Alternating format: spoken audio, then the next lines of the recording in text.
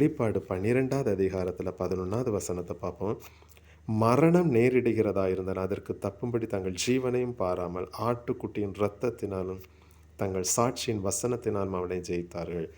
அந்த இரத்தத்தை கொண்டு, அதாவது இயேசு கிறிஸ்துவினுடைய இரத்தம் எனக்கு என்ன பண்ணிருக்குன்னா அவனை ஜெயித்து இருக்கிறது.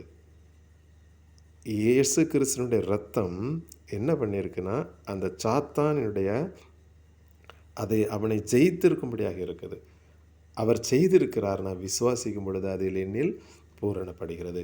அப்போ இயேசு கிறிஸ்துவினுடைய இரத்தம் இந்த சாட்சி, அதாவது ஆட்டுக்குட்டியினுடைய இரத்தத்தினால் தங்கள் சாட்சி வசனத்தினாலும் அவனை அதாவது இந்த உலகத்தையும் மாமிசத்தையும் ஆளுகை பண்ணுகிற இந்த பிசாசை ஜெயிக்கணும்னா இயேசு கிறிஸ்துவினுடைய இரத்தம் எனக்கு வேணும்.